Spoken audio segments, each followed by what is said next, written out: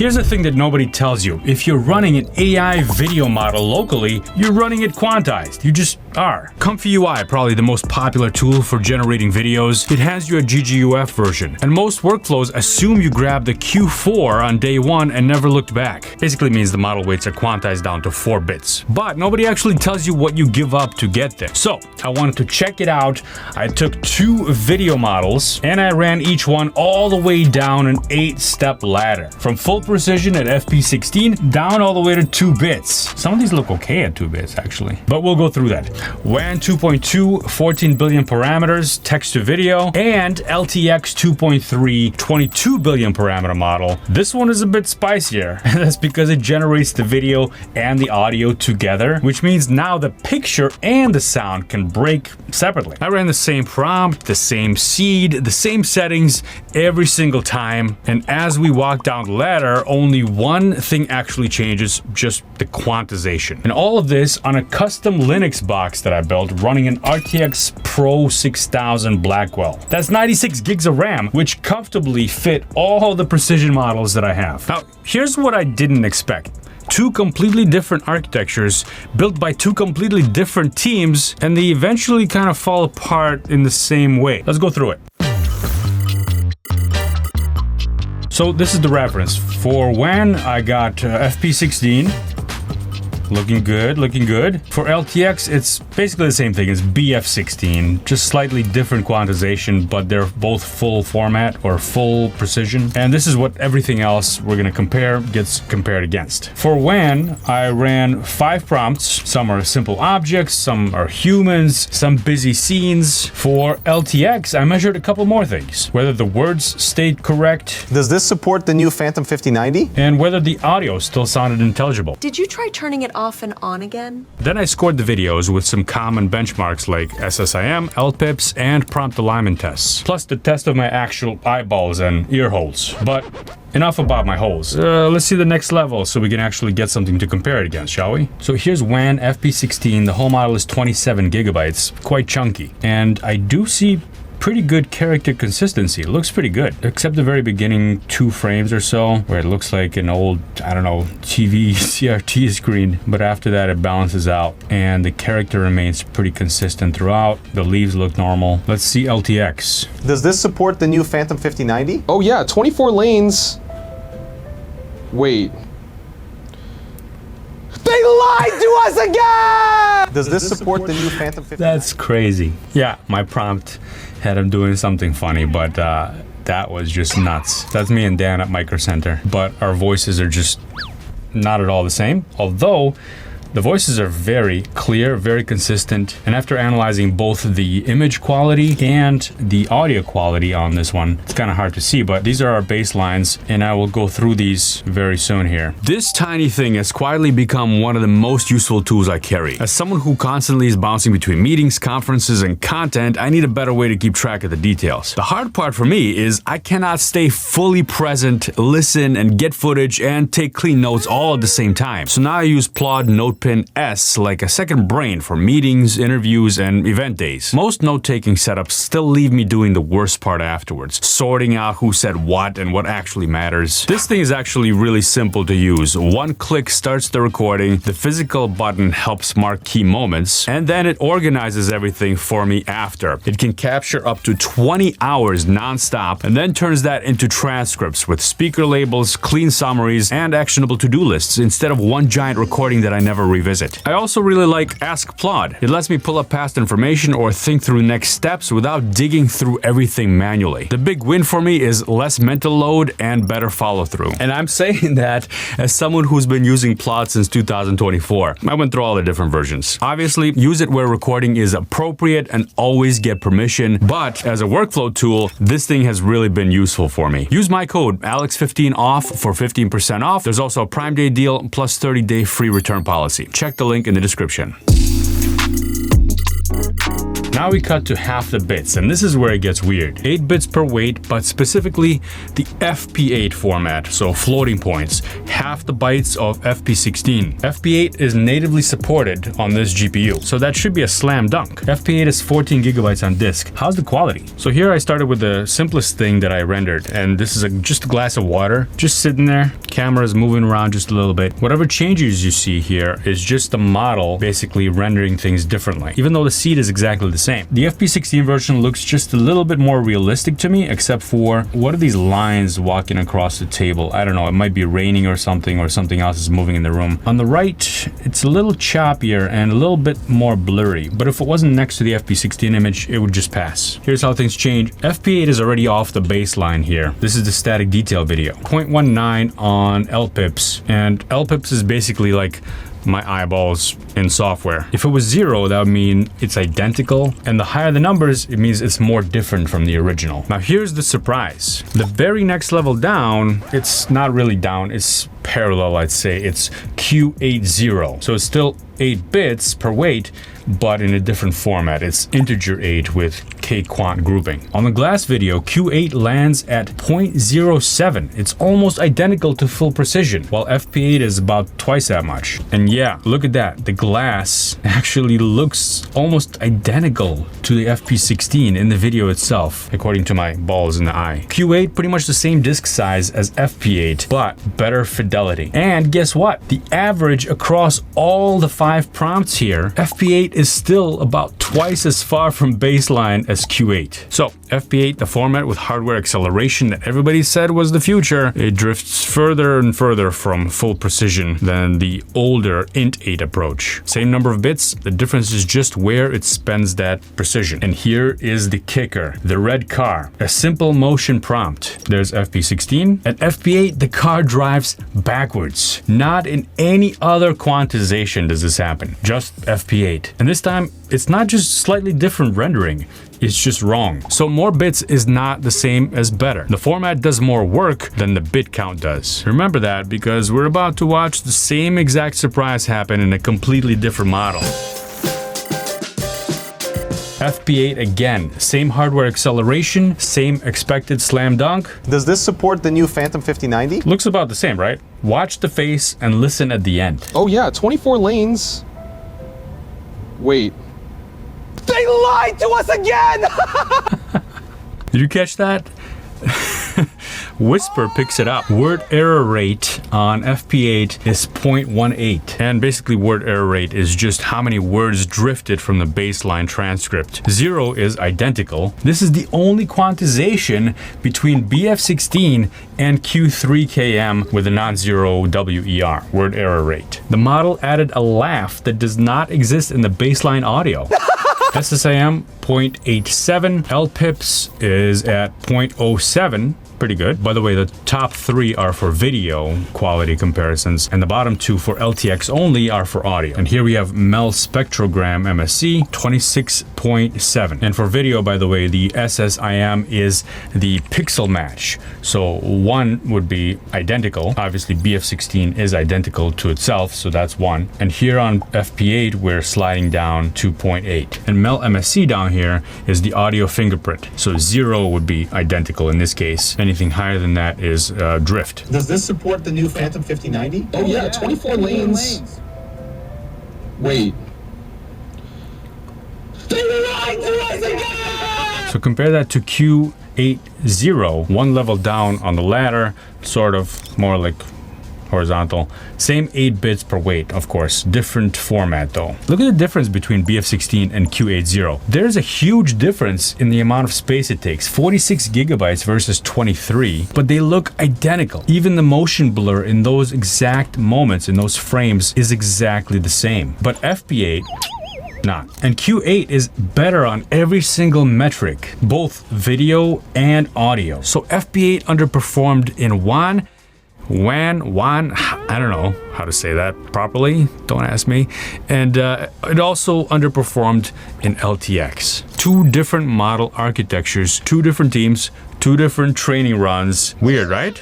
Maybe not. So if you've got a choice between FP8 and Q8 for a video model right now, take Q8. I'm gonna skip over levels between Q6 and Q5 because they do get a little bit worse, but there's no real big jumps here until you get to Q4. In fact, with these glasses, Q4 looks pretty good to me too. Same thing with the car. I see slight differences with the detail of the car itself, but overall, the motion, the clarity looks pretty good. Let's take a look at the lady here. Q6 and Q5, both 12 and 11 gigabytes respectively on disk. It definitely looks like the same exact lady. So what happens at Q4?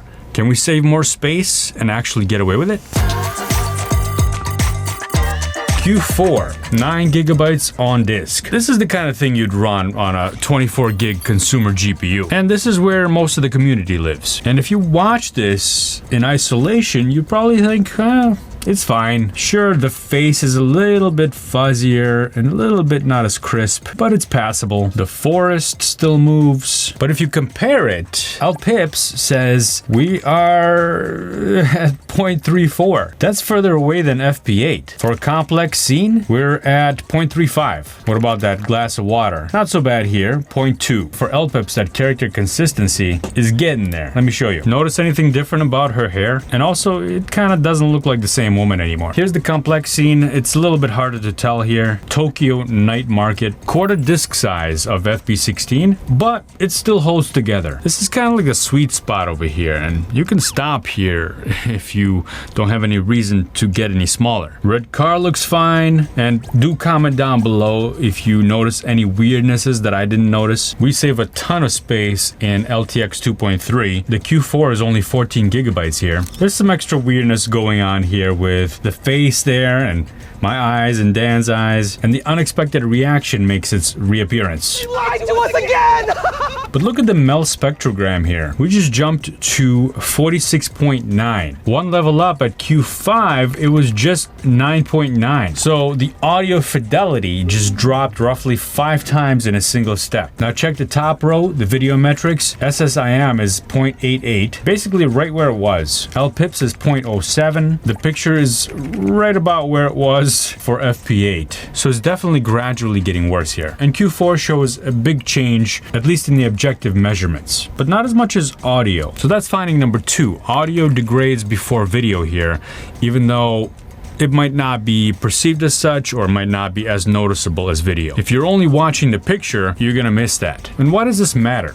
The picture degrading is something you might catch on a rewatch, but the audio degrading is something the viewer hears immediately. You ever watch a YouTube video with terrible audio? I hope my audio is actually decent here. Can't be perfect, but I try. But you can put up with pretty bad video. However, if you hear terrible audio, people will just click away right away. Very different tolerance levels. So models like LTX, the ones that support audio, have to take extra special care. All right, 2 bits per weight. This is 5 gigabytes for when. This is the bottom of the ladder, and it shows. That glass is pretty bad looking. There's even differences frame to frame. Look at the lady. Whew, that's terrible. And Q3 is very similar to Q4, where it does mess with the hair quite a bit from the original and doesn't look at all like the original. But Q2 is a whole different level that's completely unusable here at this point. Look at this character consistency chart. LPips is 0.54. Tokyo market, the complex scene, we're at 0.57, even worse. Both up about 60% from Q4. Now LTX at the same 2 bits does the exact same thing. Look at that first frame, looks pretty good, right? This is image to video, by the way, in case you didn't know. Small model, 8.3 gigabytes, but look what happens if I play this. Does this support the new Phantom 5090? Oh yeah, 24 lanes. Wait. They lied to us again! Oh my god, that one just like tugs at the heartstrings. The audio is very different. It sounds robotic until he screams. Then it sounds like more of somebody trying to get an Oscar. But look how terrible the video quality is at every frame. Anything that's moving is basically completely destroyed and smashed. Whoa, look at the transcript here. Word error rate here for Q3 and Q2. It went from they lied to us again to they lie to us again. Caps in the middle of the sentence. These are not the prompts, by the way. These are the transcripts for that whisper test that are generated from the video. And for LTX, it's not just this one skit. LTX again, this is BF16, FP8, looking like a very different person. Q8, Q6, Q5, look like BF16 pretty much the same person. But the leaves are wrong, even in BF16. Those are not maple leaves. I don't know what that is, like a starfish in the shape of a leaf, or a leaf in the shape of a starfish, I guess. The shirt is also very difficult here. Every single one of these has a different shirt. Q5 and Q4 are kind of the same. And look what happens with Q3. We have a different person here. Can you tell which one of me is the real one? She's not even looking at the camera. Forget about Q2. Can you tell which one of me is the real one? Yeah, it's not you. Actually, it's none of them, but some of these could pass for a real one. Can you tell which one of me is the real one? Did you notice the audio difference between BF16 and Q2? Huge difference. This one sounds real. Here's Q2 again. Can you tell which one of me is the real one? Totally fake at this point, right? This is what her charts look like. Pretty gradual SSIM. LPIPs also pretty gradual, but you know, it gets up there. They all have a little bump on FP8, which makes it equivalent to Q4/Q3. Let's check out the tech support scene. BF16, listen to the audio too. Did you try turning it off and on again? I am the IT department! Not sure what's going on over there. Something's going on. With FP8, the lady is totally different. Try turning it off and on again? I am the IT department!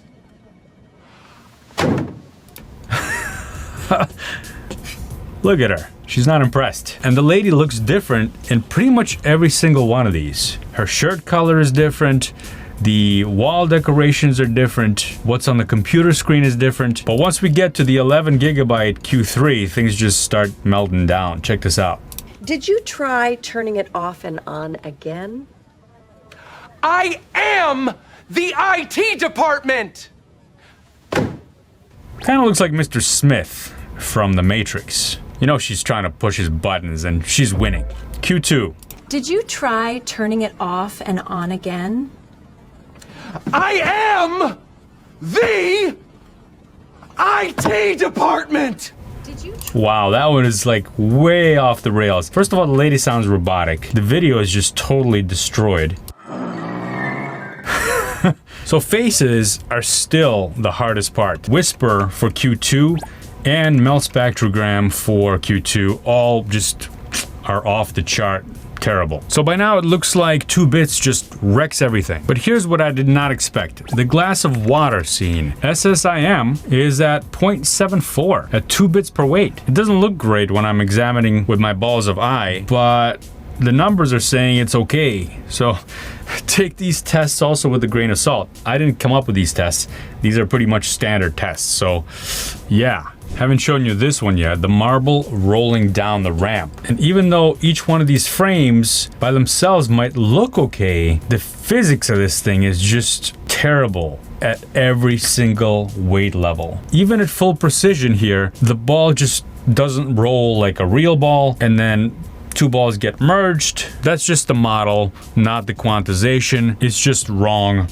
Not necessarily worse. Although at Q2, you could pretty much say it's worse. So finding number 3, I'd say, is that there is no universal cliff. And that's true in both models. If the thing you're making is a single hard object in motion, you can probably ride this all the way down. But if you're making humans in it, the floor is a lot higher. Bottom line, run Q4 unless you've got a reason not to. And the sweet spot doesn't move when you switch model architectures. But also, if your output has audio, listen to it at Q4. The picture will trick you, but the voice will not. And if you remember one thing from this whole video, let it be this: format matters more than bit count. The full ladders are linked down below, every clip and every chart. And thanks to this rig, I was able to generate these videos pretty fast. If you want to know whether this 96GB RTX Pro 6000 rig was actually worth it, that video is over here. Thanks for watching, and I'll see you next time.